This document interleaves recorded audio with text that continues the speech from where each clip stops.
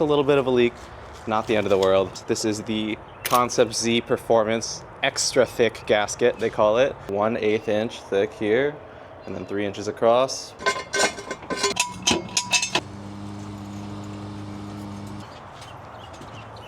How much money it owe you? 0 for now, but I'm always owing this thing money.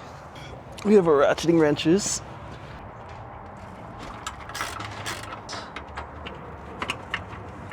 The neighbor's yard work guy coming through. And we're off. Put this through.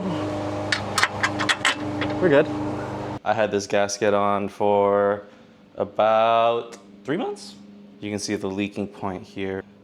My car would be on, I would feel under, I'd feel the heat just right under.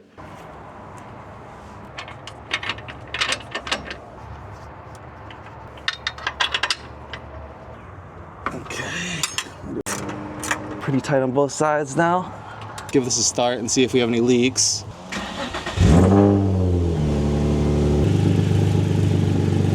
I don't feel any leaks. Let's go. What was that, like 20 minutes? Very easy.